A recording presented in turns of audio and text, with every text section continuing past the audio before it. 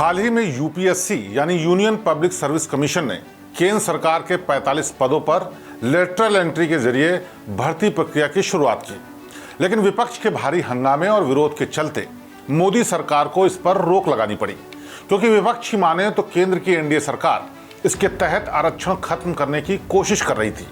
वहीं सरकार ने अचानक ये फैसला लेकर पूरे देश को चौंका दिया।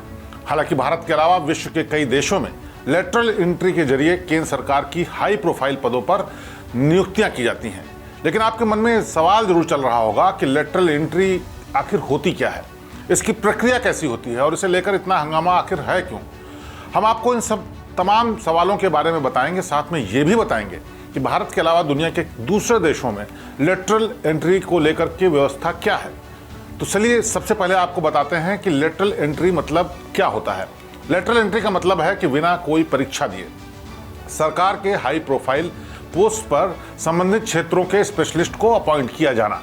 आमतौर पर यूपीएससी लेटरल एंट्री के जरिए उन पदों पर नियुक्ति करता है जिन पर आईएएस लेवल के अफसर तैनात किए जाते हैं। इनमें तमाम मंत्रालयों, विभागों, संगठनों में सीधे जॉइंट सेक्रेटरी और डायरेक्टर, डिप्टी डायरेक्टर के पद शामिल होते हैं। इस प्रक्रिया के तहत सरकार प्राइवेट सेक्टर्स के एक्सपर्ट्स को नियुक्त करती है, लेकिन इसके लिए भी इंटरव्यू किया जाता है और जो इसको पास करता है उसे सरकार नियुक्त करती है। हालांकि लेटरल एंट्री के जरिए जो भी कैंडिडेट नियुक्ति पाते हैं उन्हें प्राइवेट सेक्टर में काम करने का अच्छा खासा एक्सपीरियंस होता है। लेटरल एंट्री सबसे पहले कांग्रेस की अगुवाई वाली यूपीए सरकार के दौरान पेश की गई थी। साल 2005 में केंद्रीय मंत्री वीरप्पा मोइली की अध्यक्षता में दूसरे प्रशासनिक सुधार का आयोग बनाया गया था, जिसका मतलब था एआरसी। इसका समर्थन किया गया। उस दौरान एआरसी को भारतीय प्रशासनिक प्रणाली को और ज्यादा प्रभावी, पारदर्शी और नागरिक अनुकूल बनाने के लिए सुधारों की सिफारिश करने का काम दिया गया था। इसे लेकर एआरसी ने जो तर्क दिए थे वो भी आपको बताते हैं। एआरसी का कहना था कि कुछ सरकारी भूमिकाओं के लिए विशेष ज्ञान की जरूरत होती है, जो पारंपरिक सिविल सेवाओं के अंदर मौजूद नहीं होता। इसलिए इसमें खास विषय के विशेषज्ञों को शामिल किया जाना बेहद जरूरी है। एआरसी का मानना था कि इससे विशेषज्ञों की एक लिस्ट तैयार होगी जो इकोनॉमिक्स, फाइनेंस, टेक्नोलॉजी और पब्लिक पॉलिसी के क्षेत्रों में नया अप्रोच और स्पेशलिटी लाएगी। लेटरल एंट्री को वर्तमान सिविल सर्विसेज में इस तरह से जोड़ा जाएगा कि सिविल सेवा की अखंडता और लोकाचार को भी बनाए रखा जाएगा, लेकिन स्किल्स का लाभ भी मिल सकेगा। ये बात सब एआरसी ने कही थी। अब इसके इतिहास की बात करते हैं। लेटरल एंट्री ने भारत में आज से करीब 60 साल पहले ही दस्तक दे दी थी, यानी साल 1966 में पूर्व पीएम मोरारजी देसाई की अध्यक्षता वाली एडमिनिस्ट्रेटिव कमीशन रिफॉर्म ने इसका आधार तैयार किया था। हालांकि कमीशन ने लेटरल एंट्री की कोई वकालत नहीं की थी, लेकिन कुछ समय बाद ही सरकार के मुख्य आर्थिक सलाहकार का पद लेटरल एंट्री के जरिए भरा जाने लगा। इसके लिए जो नियमों को हवाला दिया गया उसके मुताबिक जिनकी भर्ती होगी उनकी उम्र 45 साल से कम होनी चाहिए और वो एक प्रतिष्ठित इकोनॉमिस्ट होने चाहिए। इसी तर्ज पर कई विशेषज्ञों को सरकार के सचिव के रूप में नियुक्त किया गया। लेकिन औपचारिक रूप से लेटरल एंट्री योजना की शुरुआत नरेंद्र मोदी के कार्यकाल में शुरू हुई। साल 2018 में सरकार ने जॉइंट सेक्रेटरी और डायरेक्टर्स जैसे वरिष्ठ पदों के लिए विशेषज्ञों के आवेदन मांगे। ये पहला मौका था जब किसी प्राइवेट और पब्लिक दोनों क्षेत्रों के विशेषज्ञ को इसमें मौका दिया गया। लेकिन अनौपचारिक तौर पर आज से कई साल पहले भी ऐसी नियुक्तियां होती थीं। आपको हम बताते हैं इससे जुड़े लोगों की नियुक्तियां पहले कब और किस सरकार में हुई। देश के पूर्व पीएम मनमोहन सिंह जाने माने इकोनॉमिस्ट थे। वो दिल्ली स्कूल ऑफ इकोनॉमिक्स में अर्थशास्त्र के प्रोफेसर थे। उन्हें साल 1971 में वाणिज्य और उद्योग मंत्रालय में आर्थिक सलाहकार के तौर पर नियुक्त किया गया था। तब मनमोहन सिंह ने कोई सिविल सेवा यानी यूपीएससी की परीक्षा पास नहीं की थी, न ही परीक्षा दी थी। 1971 के बाद साल 1972 में भी उन्हें वित्त मंत्रालय का मुख्य आर्थिक सलाहकार बनाया गया था। यह पद ज्वाइंट सेक्रेटरी के लेवल का ही होता है। उस समय इंदिरा गांधी देश की पीएम थी और कांग्रेस पार्टी की सरकार थी।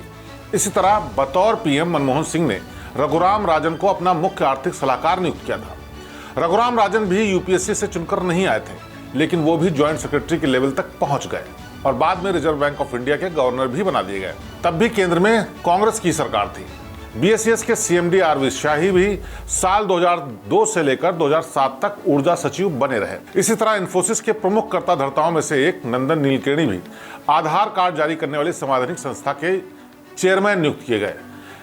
तब भी कांग्रेस की सरकार थी। इसी तरह साल 1997 में आईसीआईसीआई के बोर्ड मेंबर विमल जालान को सरकार में लेटरल एंट्री मिली और वो रिजर्व बैंक के गवर्नर बनाए गए।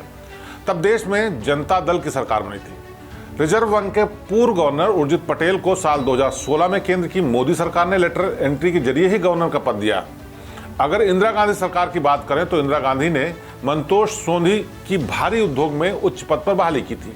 इससे पहले वो अशोक लेलैंड और बोकारो स्टील प्लांट में काम कर चुके थे, लेकिन उन्होंने यूपीएससी की परीक्षा नहीं दी थी। इसी तरह एनटीपीसी के फाउंडर चेयरमैन डीवी कपूर को ऊर्जा मंत्रालय में सचिव बनाया गया था। इंदिरा गांधी से भी पहले पूर्व पीएम लाल बहादुर शास्त्री ने डॉक्टर वर्गीस कुरियन को एनडीबीबी का चेयरमैन नियुक्त किया था। उस समय वो Kheda district cooperative milk producer union के संस्थापक थे।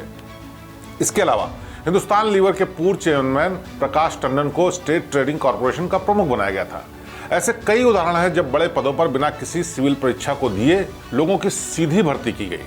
Kerala state electronics development corporation के चेयरमैन केपीपी नाम्बियार को पूर्व पीएम राजीव गांधी ने इलेक्ट्रॉनिक्स विभाग की जिम्मेदारी सौंपी थी। इस तरह उन्होंने सैम पेत्रोदा को भी कई अहम जिम्मेदारियां दी थी, जो आज ओवरसीज कांग्रेस के प्रेसिडेंट हैं। वित्त मंत्रालय में संयुक्त सचिव और योजना आयोग के पूर्व उपाध्यक्ष मोंटी सिंह अहलूवालिया के अलावा शंकराचार्य, राकेश मोहन, अरविंद विरमानी और अशोक देसाई ने भी लेटरल एंट्री के माध्यम से सरकार में जगह बनाई।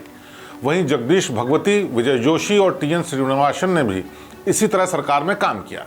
इसके अलावा योगेंद्र अलग, विजय केलकर, नितिन देसाई, सुखमय चक्रवर्ती जैसे कई जाने माने नाम हैं जिन्होंने लेटरल एंट्री के जरिए सरकार में उच्च पदों पर काम किया, जिनका यूपीएससी से कोई ताल्लुक नहीं था। लेटरल एंट्री की व्यवस्था भारत के अलावा America, Australia, UK, France, Belgium, Japan, Italy, south Korea और स्पेन जैसे बड़े देशों में भी है, जो इसके जरिए ऑफिसर्स की नियुक्तियां करते हैं। लेकिन विदेशों में लेटरल एंट्री सिस्टम का विरोध नहीं होता। विदेशों में लेटरल एंट्री सिस्टम नियुक्ति प्रक्रिया का लंबे समय से हिस्सा रहा है, इसलिए यहाँ पर उसका विरोध ना ही सियासी दल करते हैं और ना ही आम लोग। यूपीएससी देश की सबसे मुश्किल परीक्षा है, जबकि विदेश में ना तो परीक्षा कठिन है और ना ही विरोध करने की कोई ठोस वजह। आपको अब सिलसिलेवार तरीके से कुछ देशों के बारे में बताते हैं जो लेटरल एंट्री के जरिए नियुक्ति करते हैं। सबसे पहले बात अमेरिका की।